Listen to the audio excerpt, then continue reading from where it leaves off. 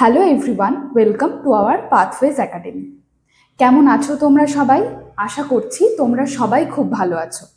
চলো আজকের ক্লাসটা তাহলে শুরু করা যাক।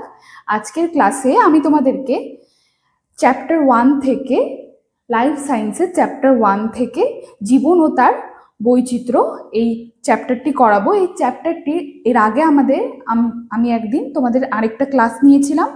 সেই ক্লাসে আমি তোমাদেরকে এই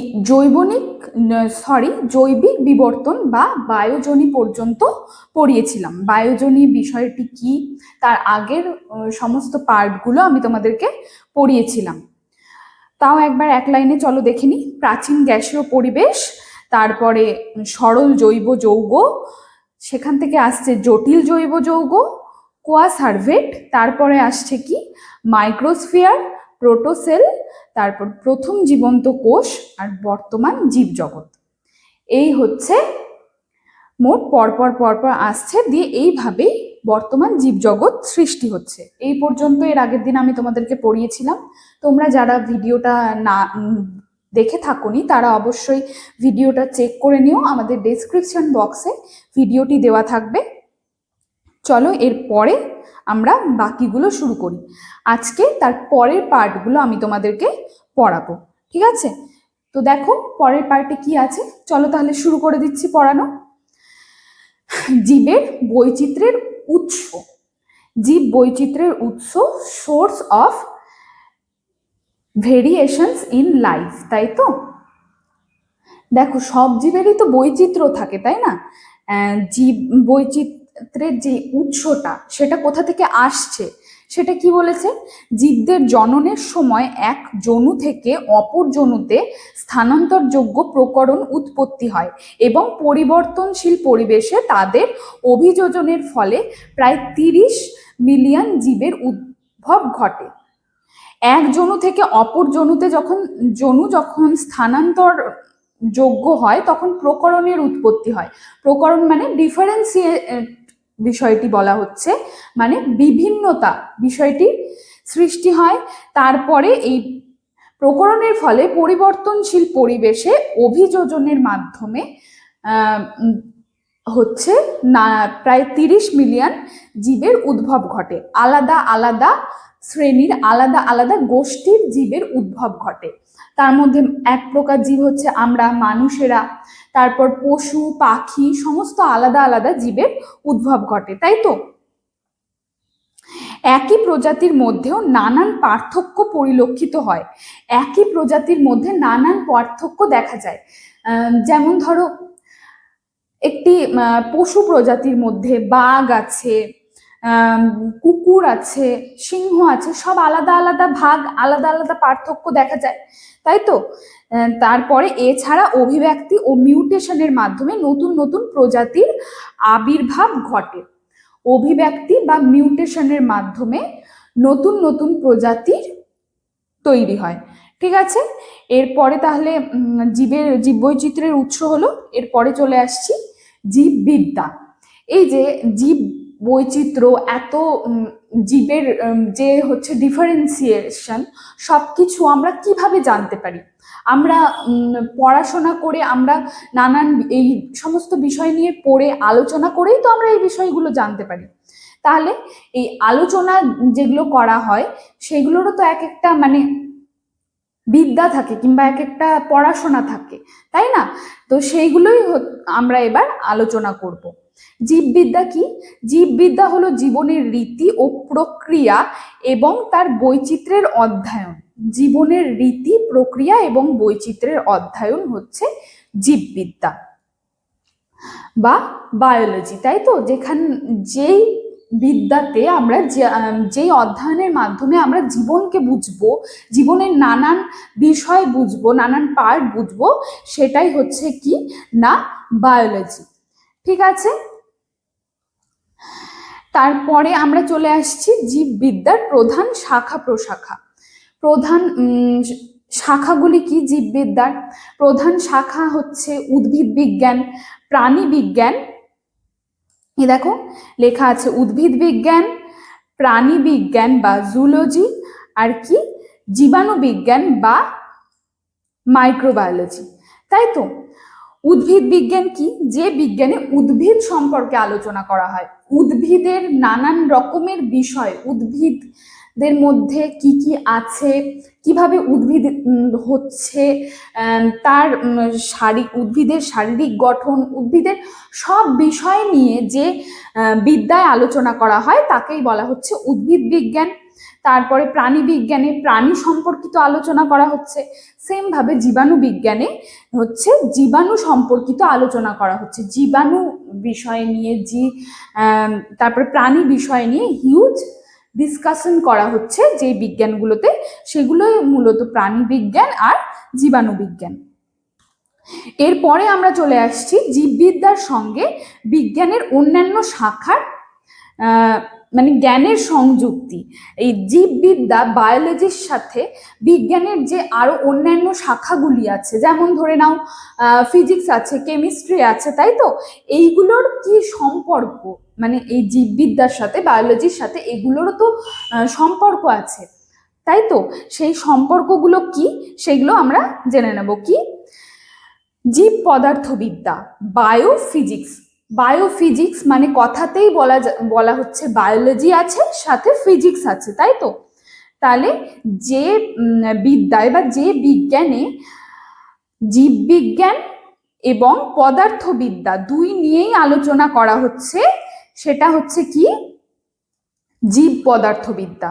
তারপরে জীবদেহে সংগঠিত বিভিন্ন ভৌত নীতি ও প্রক্রিয়া নিয়ে আলোচনা করে। জীবদেহে নানান রকমের যে ভৌত নীতিগুলো হয়, যে ভৌত প্রক্রিয়াগুলো ক্রমাগত চলতে থাকে, সেই ভৌত প্রক্রিয়াগুলি নিয়ে আলোচনা করা হয় কিসে? না, জীব পদার্থবিদ্যায়। এরপরে চলে আসছি জীব রসায়ন। জীব রসায়ন কি? জীব রসায়ন হচ্ছে বায়োকেমিস্ট্রি। এটাতেও তাই, কথাতেই বোঝা যাচ্ছে বায়োলজি অ্যান্ড কেমিস্ট্রি দুটো মানে হচ্ছে জীবন এবং রসায়নের একসাথে যখন আমরা সংযোগ করছি তখন তৈরি হচ্ছে কি? জীব রসায়ন বা বায়োকেমিস্ট্রি। বায়োকেমিস্ট্রিতে কি আছে দেখো, যেটা বললাম জীবন বিজ্ঞান এবং রসায়ন, তারপরে কি হচ্ছে? জীব রসায়নের সৃষ্টি হচ্ছে। জীবদেহে সংঘটিত রাসায়নিক বিক্রিয়া ও জৈব অণু নিয়ে আলোচনা করা হয়। এতে কি করা হয়? জীবদেহে সংগঠিত রাসায়নিক বিক্রিয়া ও জৈব অণু নিয়ে আলোচনা করা হয়। জীবদেহে নানান রকম যেমন ভৌত প্রক্রিয়া ঘটছে, তেমন নানান রকমের রাসায়নিক বিক্রিয়াও ঘটছে। সেই সমস্ত জীবদেহে যেই রাসায়নিক বিক্রিয়াগুলো ঘটছে এগুলো নিয়ে একসাথে আলোচনা করা হয় কিসে? হচ্ছে বায়োকেমিস্ট্রিতে। এরপরে কি আছে? এরপরে হচ্ছে জীব পরিসংখ্যান বিদ্যা বা জীবমিতি, ঠিক আছে, বা বায়োমেট্রি, তাই তো। জীববিজ্ঞান এবং পরিসংখ্যান দিয়ে মিলিত ভাবে কি তৈরি হচ্ছে? জীবমিতি তৈরি হচ্ছে, তাই তো। দেখো, জীববিজ্ঞানের তথ্য সংগ্রহ, বিশ্লেষণ ও পরিসংখ্যানগত ব্যাখ্যা প্রদান করে। এটা জীববিজ্ঞানের তথ্য সংগ্রহ করে, তারপরে সেগুলিকে বিশ্লেষণ করে এবং এগুলির পরিসংখ্যানগত ব্যাখ্যা প্রদান করে হচ্ছে কিসে? জীব পরিসংখ্যান বা জীবমিতিতে। হয়েছে। এরপরে আমরা চলে যাচ্ছি কিসে? জীব ইলেকট্রনিক্স বা বায়োনিক্সে। জীব ইলেকট্রনিক্সে কি আছে? জীবন বিজ্ঞান ও ইলেকট্রনিক্স। জীবন বিজ্ঞান যেমন আছে তার সাথে আবার ইলেকট্রনিক্সকে সংযোগ করা হচ্ছে, দুটিকে একসাথে সংযোগ করে কি তৈরি হচ্ছে? বায়োনিক্স তৈরি হচ্ছে।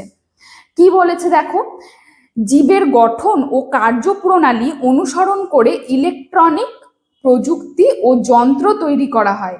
জীবের গঠন ও কার্যপ্রণালী অনুসরণ করে ইলেকট্রনিক প্রযুক্তি ও যন্ত্র তৈরি করা হয় এই বিজ্ঞানে, তাই তো। জীবের নানান রকমের শারীরিক গঠন, কিভাবে জীবের শরীরটা কার্য করছে, কিভাবে কাজ করছে শরীরটা, সবকিছু মানে অনুসরণ করে ইলেকট্রনিক্স যন্ত্র তৈরি করা হয়। এই জীব ইলেকট্রনিক্স বা বায়োনিক্সের মধ্যেই কিন্তু আমাদের যেসব এক্স রে, তারপরে আরো অন্যান্য যেসব পরীক্ষা নিরীক্ষার, আমাদের শরীরকে পরীক্ষা নিরীক্ষা করার যন্ত্রগুলি থাকে, সেগুলো কিন্তু এই জীব ইলেকট্রনিক্স বা বায়োনিক্সের মধ্যেই পড়ছে। ঠিক আছে, এরপরে আমরা চলে আসছি আধুনিক জীববিদ্যার প্রয়োগ। আধুনিক জীববিদ্যার প্রয়োগ, অ্যাপ্লিকেশন অফ মডার্ন বায়োলজি। মানে আধুনিক নানান ক্ষেত্রে জীববিদ্যার যে প্রয়োগ, মানে সব বিষয়ের ক্ষেত্রে এই জীববিদ্যার প্রয়োগটা কি। কৃষি ক্ষেত্রে খাদ্য উৎপাদনে হচ্ছে উচ্চ ফলনশীল বীজ, সার, কীটনাশক ইত্যাদি ব্যবহার করে কৃষজ উৎপাদন বাড়ানো হচ্ছে কৃষিক্ষেত্রে।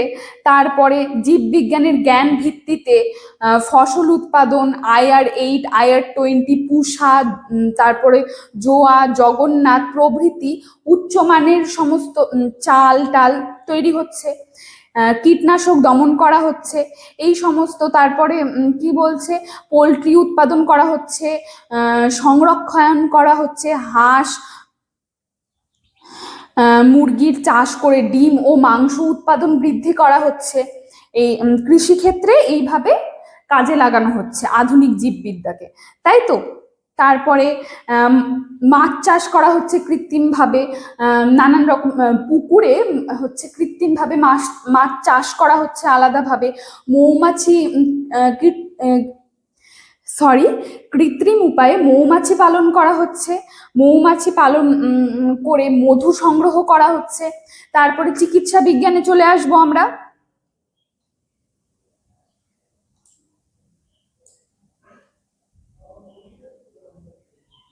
চিকিৎসা বিজ্ঞানে চলো দেখে নি।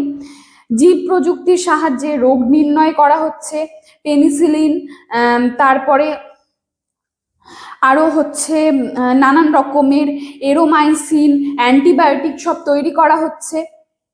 বিভিন্ন প্রাণীদের থেকে নানান রকম ওষুধ তৈরি করা হচ্ছে, পাগলা কুকুরের লালা থেকে তৈরি করা হচ্ছে অ্যান্টিভেনাম সিরাম, ল্যাকটিসিন, এগুলি তৈরি করা হচ্ছে। তারপরে আরো ভ্যাকসিন তৈরি করা হচ্ছে, ভ্যাকসিন, টিকা, টাইফয়েড, তারপরে কি আছে, ডিফথেরিয়া, টিটেনাস, পোলিও, সবকিছু টিকা তৈরি করা হচ্ছে। ক্যান্সার, ডায়াবেটিস, হার্টের রোগ ইত্যাদির চিকিৎসার উন্নতি ঘটছে। এরপরে আমরা কোথায় চলে আসছি, এরপরে আমরা চলে আসছি মহাকাশ গবেষণায়। মহাকাশ গবেষণাতেও কিন্তু জীববিজ্ঞানের প্রয়োগ হচ্ছে, আধুনিক জীববিজ্ঞানের। কি প্রয়োগ হচ্ছে না, জীববিজ্ঞানের জ্ঞান কাজে লাগিয়ে শৈবাল মহাকাশযানে পাঠানো হয়, যা O2 শোষণ করে, O2 বলছি, যা কার্বন ডাই অক্সাইড শোষণ করে এবং অক্সিজেন উৎপাদন করে। মহাকাশ যাত্রীদের খাদ্য উৎপাদনে শৈবাল গুরুত্বপূর্ণভাবে ভূমিকা রাখে। ঠিক আছে, এরপরে অন্যান্য ভূমিকা আরো আছে জীববিজ্ঞানে ভালো ব্যবহার, মানুষের দৈনন্দিন পরিবর্তন, জীবনেও নানান রকম পরিবর্তন ঘটাচ্ছে জীববিজ্ঞানের ভালোভাবে ব্যবহার করাতে। ঠিক আছে, এরপরে আমরা চলে আসছি কিসে, classification of diversity of life. ঠিক আছে, বা ট্যাক্সোনমি। ট্যাক্সোনমি একটা ভীষণ ইম্পর্টেন্ট টপিক, চলো এই টপিকটি তাহলে ভালো করে বুঝে নেওয়া যাক। ঠিক আছে, ট্যাক্সোনমি, কে শব্দটি প্রথম ব্যবহার করেন? অগাস্টিন পি দা কন্ডল, ইনি প্রথম ব্যবহার করেন এই ট্যাক্সোনমি শব্দটি, তাই তো। এরপরে কি আছে, এরপরে আছে দেখো ট্যাক্সোনমি কিভাবে তৈরি হচ্ছে। ট্যাক্সিস প্লাস নোমোস, এই দুটি মিলিত হয়ে তৈরি হচ্ছে ট্যাক্সোনমি। ট্যাক্সিস মানে হচ্ছে বিন্যাস, আর নোমোস মানে কি হচ্ছে নিয়ম, তাই তো। ট্যাক্সোনমি শব্দের তাহলে পুরো অর্থ হচ্ছে বিন্যাস বিধি। মানে এই যে আমাদের যে প্রজাতি, আমাদের এই যে জীবমণ্ডলের যে প্রজাতি, নানান রকম রাজ্য, এগুলিকে কতগুলি মানে স্তরে ভাগ করে দেওয়া হচ্ছে, এগুলিকে একটা বিন্যাস করা হচ্ছে, তাই তো। এই বিন্যাস বিধিটাই হচ্ছে ট্যাক্সোনমি। আর এই ট্যাক্সোনমি কথাটি প্রথম কে ব্যবহার করেন? অগাস্টিন পি দ্য কন্ডল প্রথম ব্যবহার করেন। সংজ্ঞা কি বলা আছে চলো দেখে নি। জীবের নামকরণ, শনাক্তকরণ ও শ্রেণীবিন্যাস নিয়ে যে শাখা আলোচনা করে, মানে জীবকে নামকরণ করা হচ্ছে যে এটা এই প্রজাতির জীব, এর একটা নাম আছে। যেমন আমরা মানুষ, আমাদের একটা নাম আছে, আমরা মানুষ, তাই তো। তারপরে আমাদের নানান বিষয়গুলি আমাদেরকে নানাভাবে দেখে শুনে আমাদেরকে একটা শনাক্তকরণ করা হচ্ছে, আমাদেরকে সবার থেকে আলাদাভাবে চিহ্নিত করা হচ্ছে যে আমরা মানুষ। নানান রকমের পশু পাখি কত কিছুই না আছে এই পৃথিবীতে, তাই কি না? তার মধ্যে থেকে আমরা যে মানুষের মধ্যে পড়ছি, আমাদেরকে একটা শনাক্ত করা হচ্ছে, আমাদের শারীরিক গঠন, আমাদের শারীরিক নানান কার্যকলাপ দেখে শনাক্ত করা হচ্ছে। তারপরে শ্রেণীবিন্যাস, এগুলিরও আবার নানান শ্রেণীবিন্যাস নিয়ে যেই শাখাতে আলোচনা করা হচ্ছে তাকে কি বলা হচ্ছে? ট্যাক্সোনমি, তাই তো। এরপরে আমরা চলে আসছি ট্যাক্সোনমির প্রধান উপাদান। ট্যাক্সোনমির প্রধান উপাদান কি চলো দেখে নি। শনাক্তকরণ, যেটা বললাম, শনাক্তকরণ করতে হবে। নামকরণ, এই ট্যাক্সোনমির মধ্যে দ্বিপদ নামকরণও আছে, এটা আমি তোমাদেরকে পরের দিন পড়াবো, আজকে আর হবে না দ্বিপদ নামকরণ পড়ানো, পরের দিন আমি তোমাদেরকে দ্বিপদ নামকরণও পড়াবো। তারপরে শ্রেণীবিন্যাস বা ক্লাসিফিকেশন, এই তিনটি হচ্ছে ট্যাক্সোনমির প্রধান উপাদান। এরপরে চলে আসছি ট্যাক্সোনমির গুরুত্ব। জীবের সঠিক শনাক্তকরণ, পারস্পরিক সম্পর্ক জীবের মধ্যে, এইগুলি নির্ণয়ে সাহায্য করে। তারপরে জীব বিবর্তন ও নতুন